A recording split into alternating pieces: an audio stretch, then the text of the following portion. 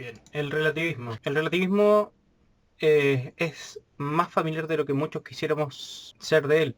Esta influencia se asocia muchas veces con la libertad moral, social y aún religiosa.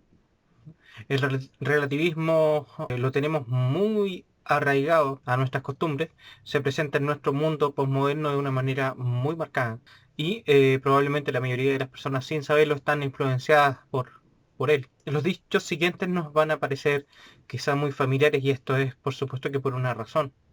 Dichos como por ejemplo, yo no soy quien para juzgar o esa es tu verdad, pero la mía no.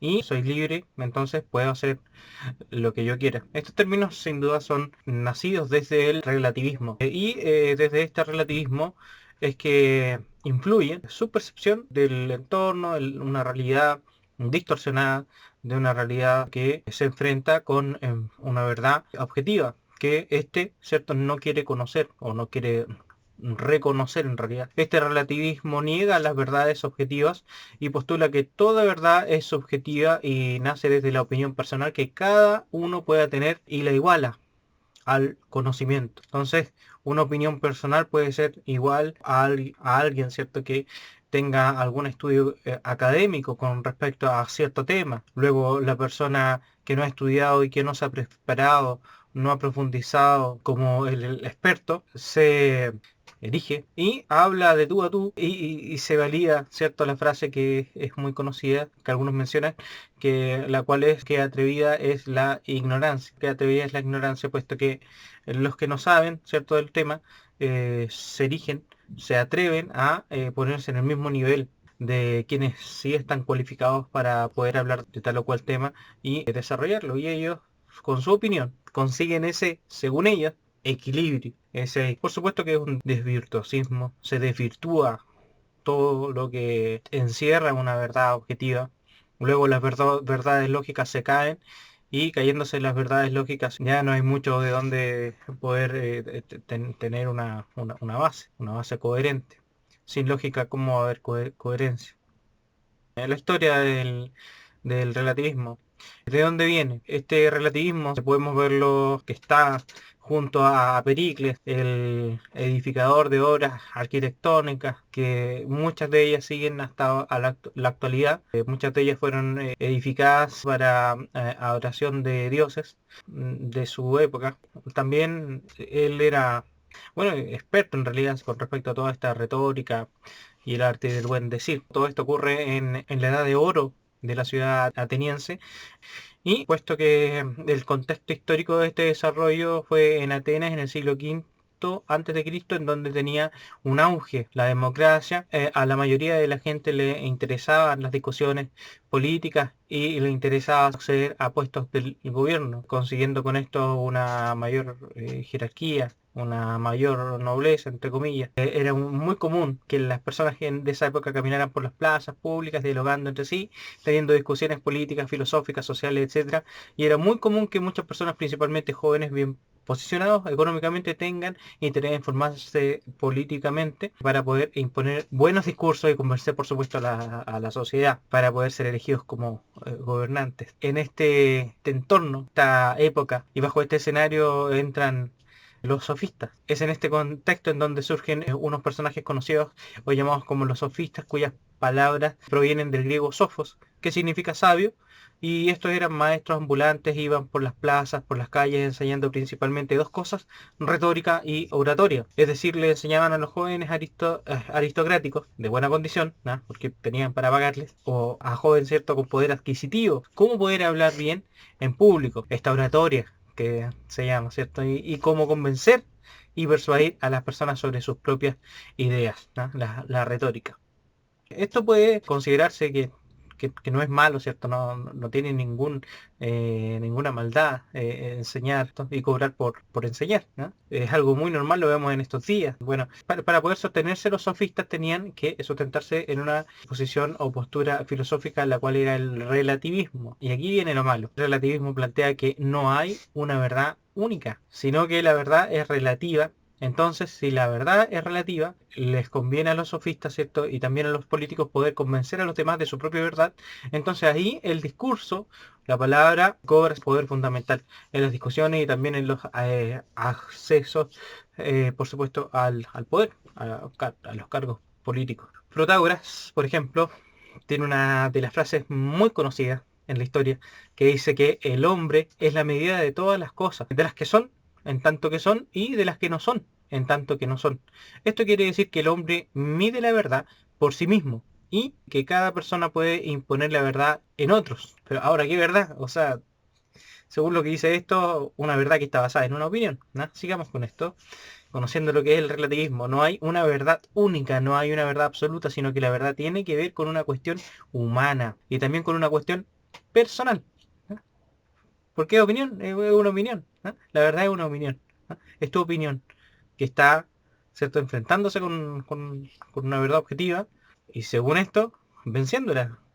Según esto, la verdad subjetiva vence a la verdad objetiva. Entonces la verdad para Protágoras y también para los sofistas es por supuesto relativa. Esto por supuesto tiene una tremenda implicancia que nosotros conocemos, ¿no? Que nosotros estamos bombardeados todos los días por este relativismo en esta época posmoderna. Hay tres problemas con el relativismo, tres problemas del relativismo, ¿no?, que yo destaco. Uno de ellos es que niega las verdades objetivas y sin verdades objetivas no hay una base para una verdad coherente. Y sin una verdad coherente hay una desvirtuación que afecta al medio, al entorno.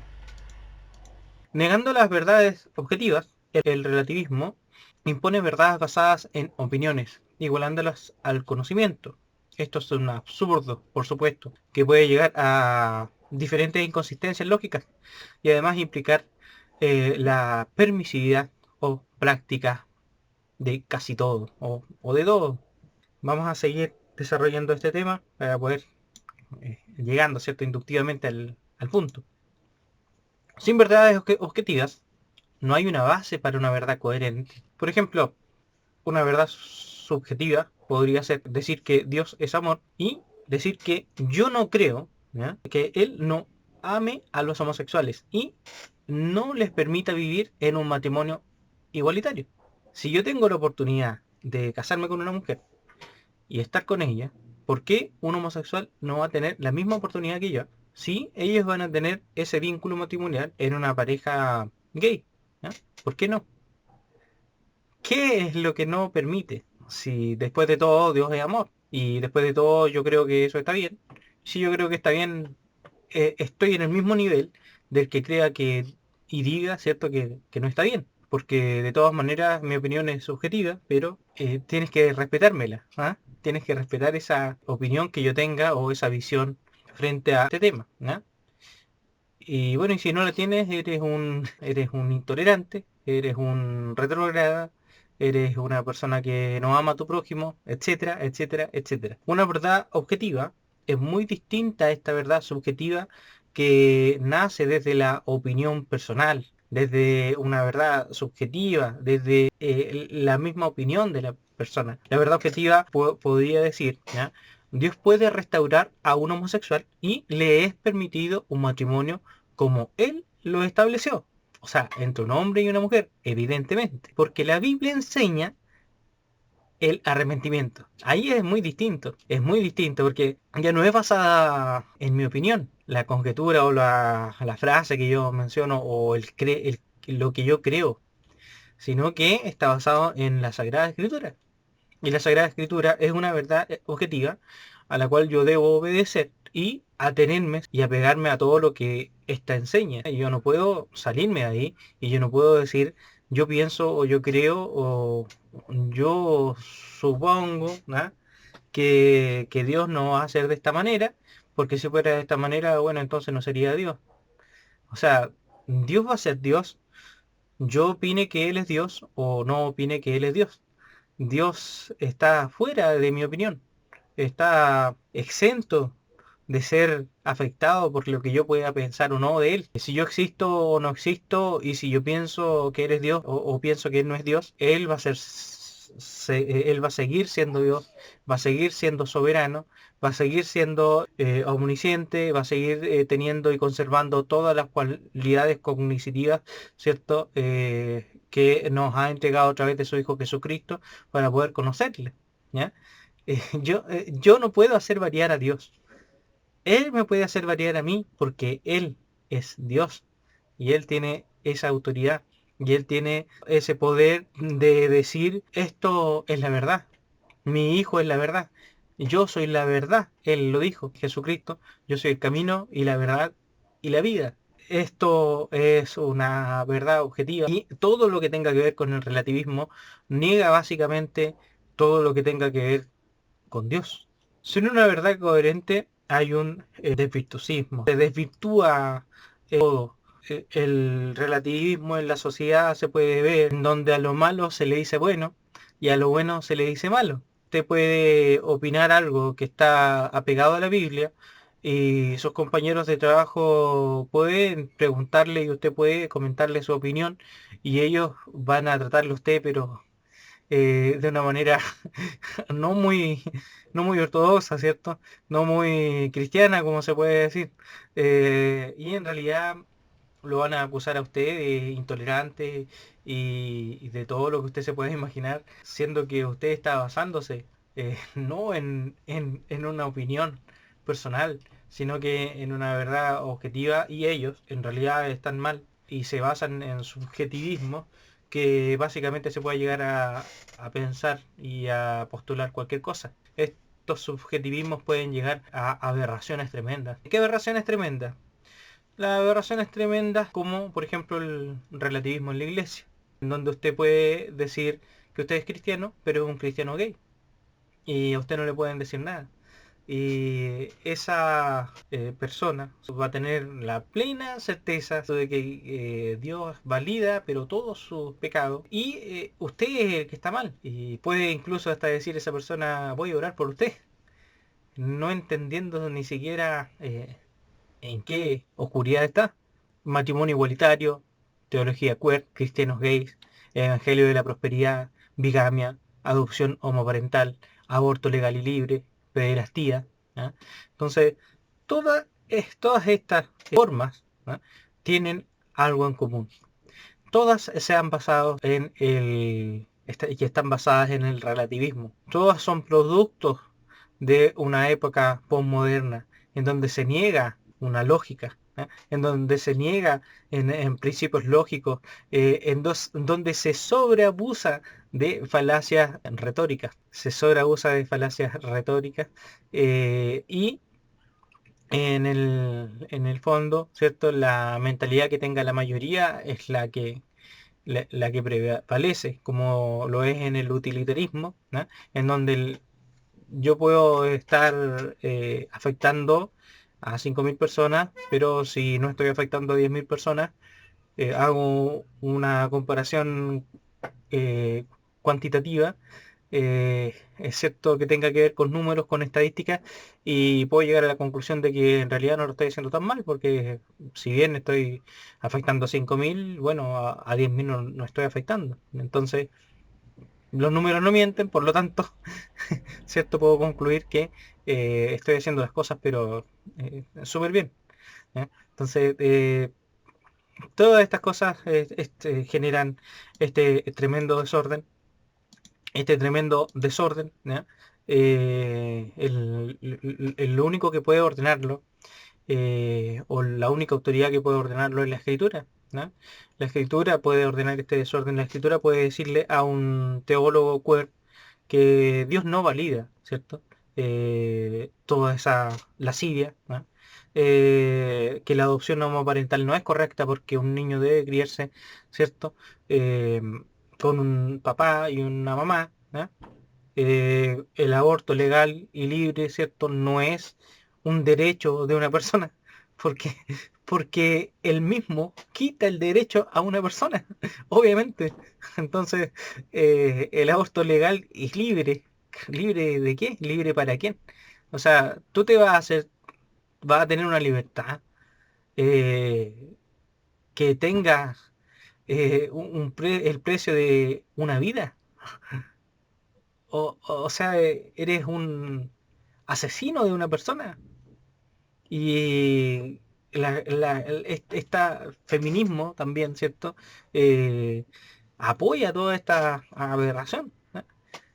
Una persona que está derramando sangre inocente. Proverbios 6:16 habla de aquello. Entonces, la pederastía, ¿cierto? Que son eh, son producto de, ¿cierto? Ya degeneramientos, pero que hasta la misma Biblia los menciona, decía en Lot, ¿cierto? Que del menor hasta el mayor tenían esa perversión, ¿no? Y necesitaban, querían lograr poder tener intimidad con aquellos ángeles que habían llegado de visita a donde Lot. ¿No? Entonces, estaba la pederastía, sí, claro que estaba. Estaba el aborto, claro que estaba. Estaba en los sacrificios también, la Biblia lo menciona. Y dice que eso es maldad.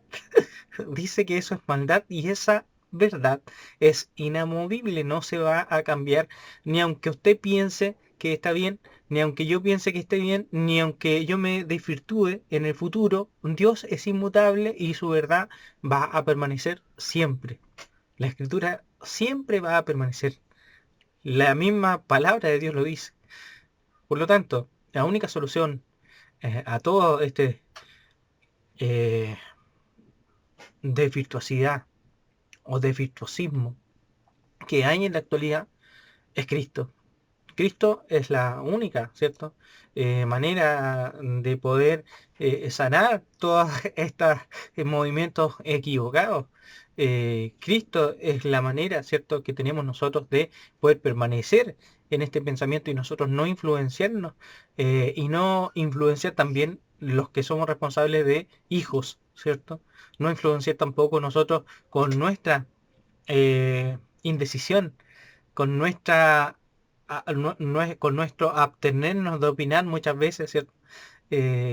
Para evitar ser confrontacional, evitar una confrontación, seamos valientes, ¿cierto? Sobre todo en nuestra familia, con nuestros colegas, en nuestro trabajo, ¿cierto? En nuestra iglesia también, con los hermanos que quizá tengan una mirada distinta, una mirada equivocada probablemente, corrijámoslo en amor, corrijámoslo con la escritura, ¿cierto? Corrijámoslo con esta verdad inamovible, con esta verdad objetiva, ¿ah? Para que ellos puedan también eh, deshacerse de de este cáncer, ¿cierto?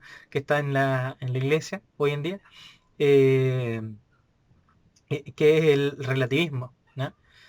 Así que esa es mi conclusión. Solamente Cristo puede ordenar todo este desorden. Solamente Él nos puede mantener firmes, ¿eh? En estas ideas, en en esta cognitividad que Él ha permitido que nosotros conozcamos del Padre. ¿Ya? Nosotros no podemos conocer todo lo que es Dios, no podemos conocer toda la grandeza de Dios, pero sí podemos conocer lo que Cristo nos ha revelado y eso es suficiente. ¿Ya? Nosotros con eso ya podemos enfrentarnos a todo este relativismo, posmodernidad, teología queer, cristianismo o evangelio, ¿cierto? De la prosperidad, eh, en donde desvirtúan todo, ¿ya? Todo lo que se ha enseñado de eh, de manera santa en la escritura.